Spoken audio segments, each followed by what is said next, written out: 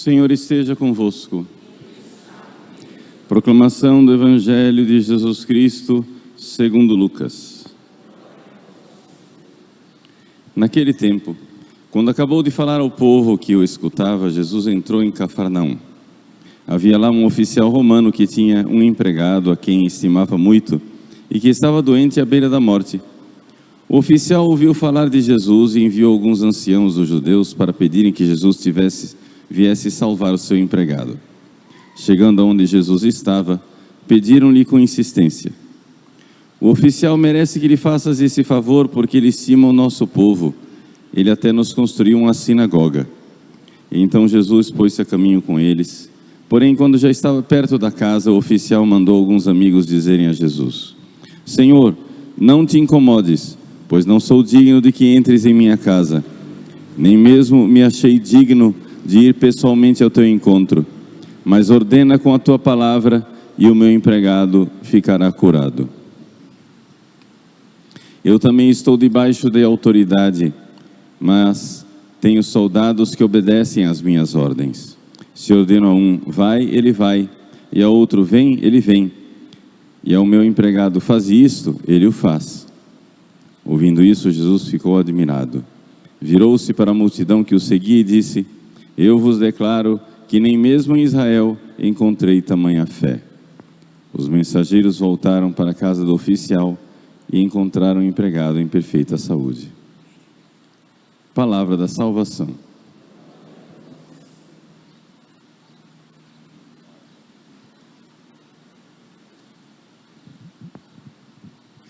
Meus queridos irmãos e irmãs, celebramos hoje a memória de São José de Cupertino,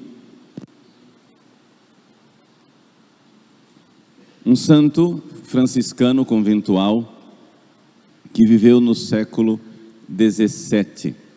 Ele nasceu em 1603 e morreu com 60 anos em 1663.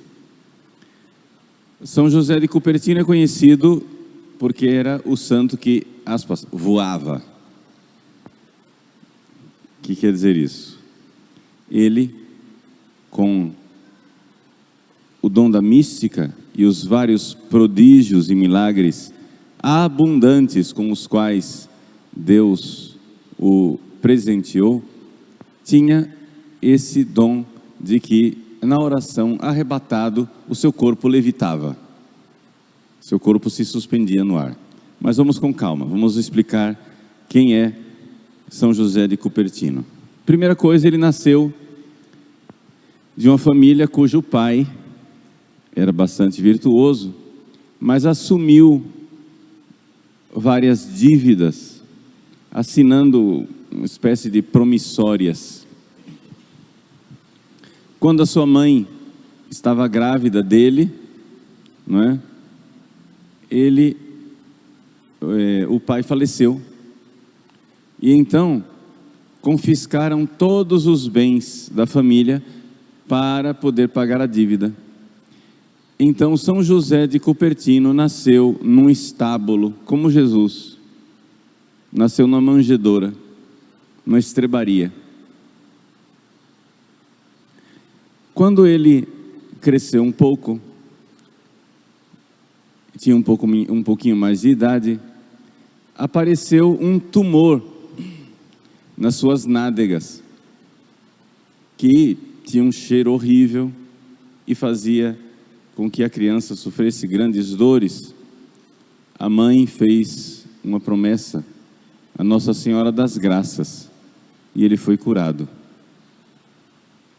Assim, esse menino se encaminhou para o sacerdócio, queria ser padre, só que um problema terrível: ele tinha um pavor de exames. Ou seja, é por isso que São José de Cupertino é também padroeiro dos estudantes. Quando eu era estudante na Gregoriana em Roma, todos os dias eu passava na igreja, na Basílica dos 12 Apóstolos, onde tem no altar, onde fica o Santíssimo Sacramento, é o altar de São José de Cupertino, e lá nós fazíamos nossas orações fervorosas, principalmente nos dias de exame. Por quê? Porque São José de Cupertino não conseguia fazer exames. Ele simplesmente desmaiava. Quando iam fazer os exames, o homem passava mal. E então, depois de várias peripécias, de troca de convento, de ordem, joga para cá, joga para lá, porque ninguém queria ordená-lo, quando finalmente viram a virtude dele, deram um jeito de examiná-lo sem que ele percebesse. Ou seja, ele tinha o conhecimento, ele tinha a ciência, mas ele só não conseguia fazer exames. Então eles, numa conversa descontraída, iam perguntando as coisas, conversando, etc. E conseguiram ver que ele sabia o suficiente para ser ordenado padre. Mas para ser ordenado padre, ele precisava também ser investigado pelo bispo. Você tinha examinado pelo bispo. E então tinha uma turma de rapazes que iam ser ordenados. O bispo era muito rigoroso nos exames. Quando finalmente o bispo examinou o primeiro, ciência extraordinária. Examinou o segundo, maravilha das maravilhas. Examinou o terceiro, muito inteligente. Aí o bispo disse, devem ser todos assim, e dispensou os outros do exame. E assim, São José de Cupertino passou no exame, na prova, e foi ordenado padre, sem ser examinado pelo bispo. Logo cedo, se manifestaram os dons místicos desse grande santo.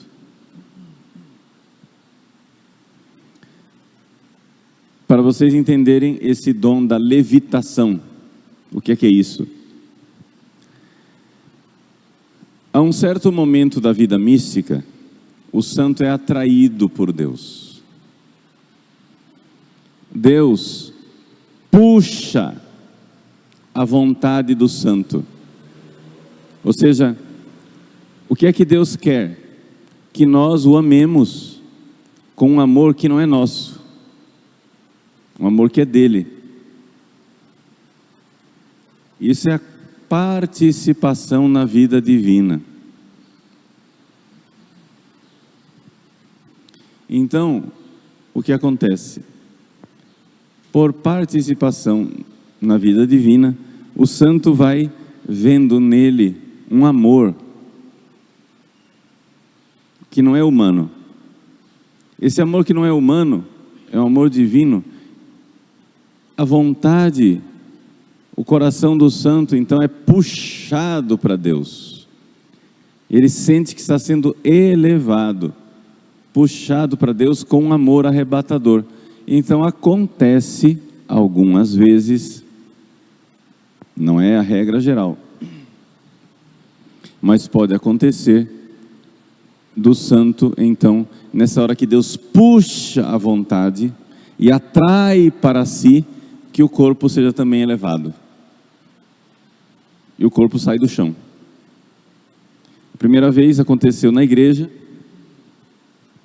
em que São José, o padre José de Cupertino, foi elevado até a altura do púlpito.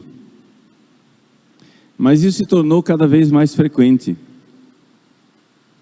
E os frades, então, começaram a ficar perturbados com aquilo, porque aquilo atrapalhava a vida da comunidade. A comunidade simplesmente não conseguia rezar com um cara flutuando dentro da igreja. Aquilo era um motivo de grande distração. Então, ele ficou durante anos condenado a rezar sozinho dentro da cela dele, dentro do seu quarto.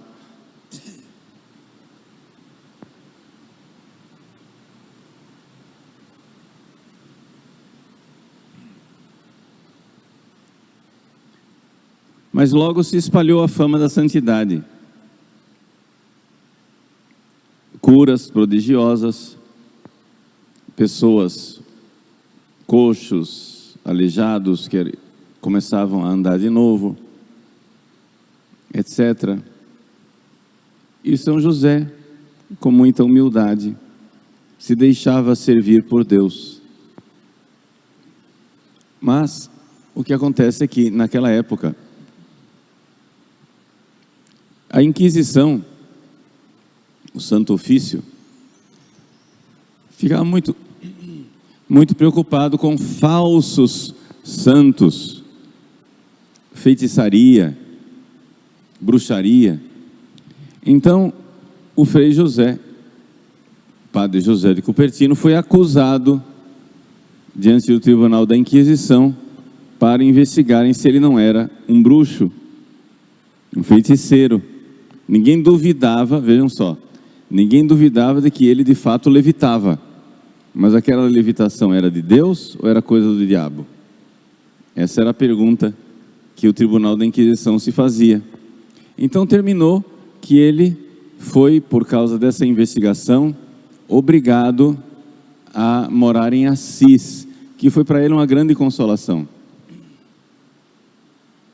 Poder ficar no lugar onde São Francisco, né, viveu, ele que era franciscano. Por isso, ali ele passava muito tempo rezando junto ao túmulo de São Francisco. Ali no túmulo de São Francisco, várias vezes ele foi encontrado levitando, lá em Assis. E esse foi então o grande São José de Cupertino.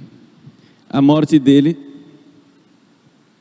também foi especialmente edificante.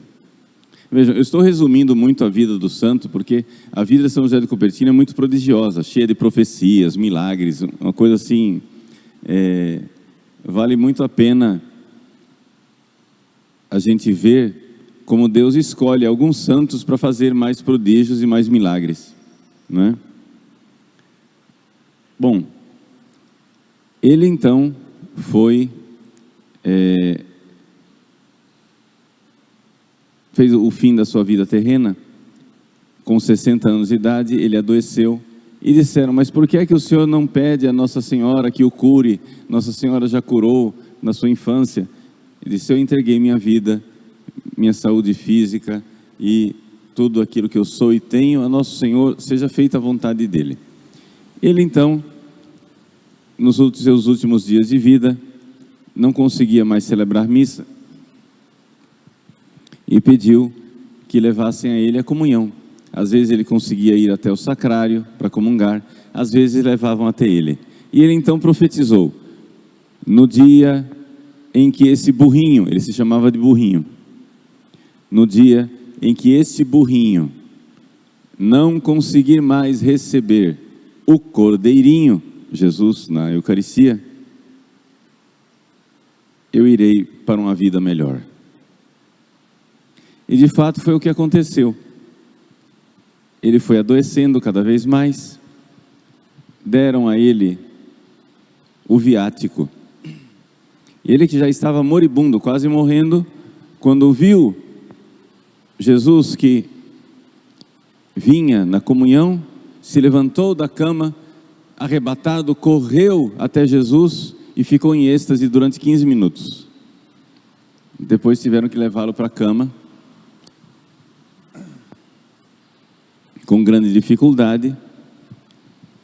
Em seguida, o guardião deu a unção dos enfermos, e conforme o ritual tradicional da igreja, ele ia sendo ungido nos vários sentidos do corpo, nos olhos, nos ouvidos, mãos, pés, boca, etc. E ele então, enquanto ia sendo ungido, em êxtase espiritual, arrebatado, dizia coisas de muito louvor a Deus, de muita alegria, mas que céu, mas que paraíso. E ia falando, quando acabou o ritual ele reclamou: não vai continuar, não tem mais, porque aquilo foi para ele uma grande consolação espiritual. No seu último dia de vida, né, dia 18 como hoje, ele então não conseguiu mais comungar. A boca estava tão inchada, a língua tão inchada, que ele não conseguia comungar. E ele que já vinha anunciando desde o início da sua doença, ele disse: o burrinho começou a subir a montanha. Quando eu estava no meio da doença, ele disse: o burrinho está no meio da montanha. Agora que chegou o último dia de vida, ele disse: o burrinho chegou ao alto da montanha. E ele então faleceu santamente, faltando 1h para meia-noite. E, evidente, já tinha grande fama de santidade. Depois que ele foi sepultado, os milagres vieram em abundância e os prodígios desse grande santo de Deus, arrebatado de amor. Um amor verdadeiro por Deus, um amor grande, um amor divino. Conta a história de São José de Cupertino para que nós entendamos que o amor que os santos têm por Deus não é um amor humano. Não é uma coisa nossa.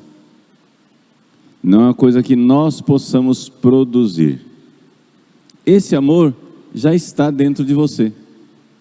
Se você está em estado de graça, esse amor está aí. Você talvez não consiga vê-lo, mas ele está aí, em você. Esse mesmo amor.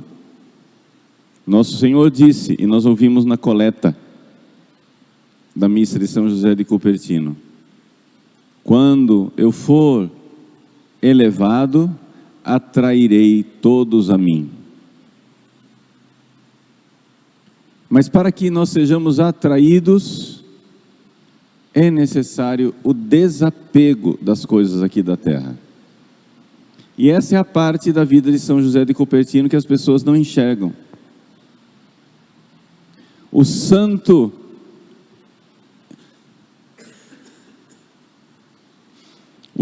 é elevado ao céu, porque ele não está grudado na terra. O santo é atraído para Deus, porque ele se desapegou das coisas aqui da terra.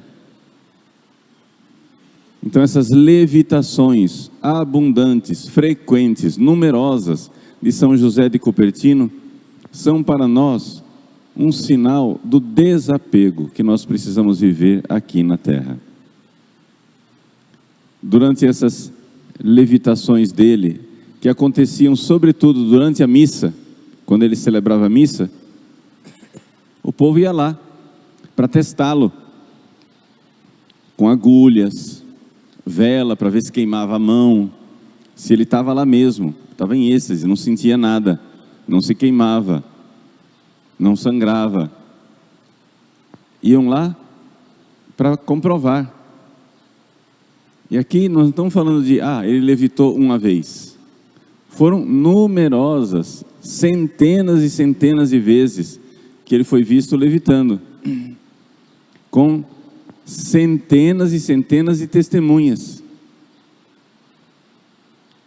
A tal ponto, era tão comprovada a levitação, que a própria Santa Sé mandou investigar para ver se ele não era um bruxo. Não é? Tão comprovada era a coisa.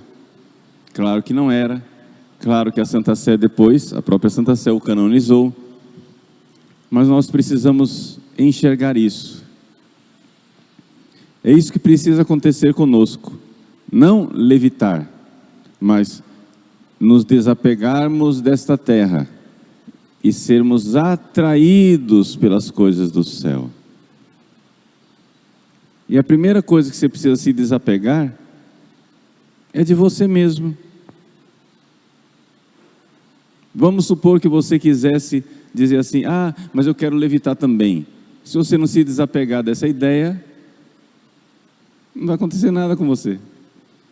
Eu quero ser um grande santo porque eu quero progredir espiritualmente. Bom, se você não desapegar, vai ficar grudado aí em você mesmo. Um santo não pensa em si.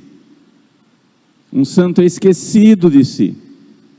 Um santo é tudo o contrário desse negócio aí de você ficar olhando para o próprio umbigo.